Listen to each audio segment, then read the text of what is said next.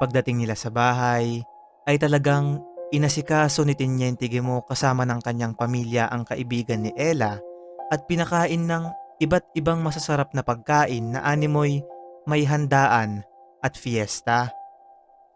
Habang sila ay kumakain, sinabi ni Teniente Guimo na Dito ka na lang matulog dahil gabi na at wala ka nang masasakyan.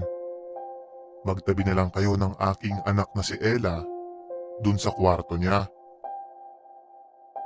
pagkatapos nilang kumain ay dumiretso na si Ella at ng kanyang kaibigan sa kwarto nito. Sila ay nagkwentuhan, naglaro at nagkulitan.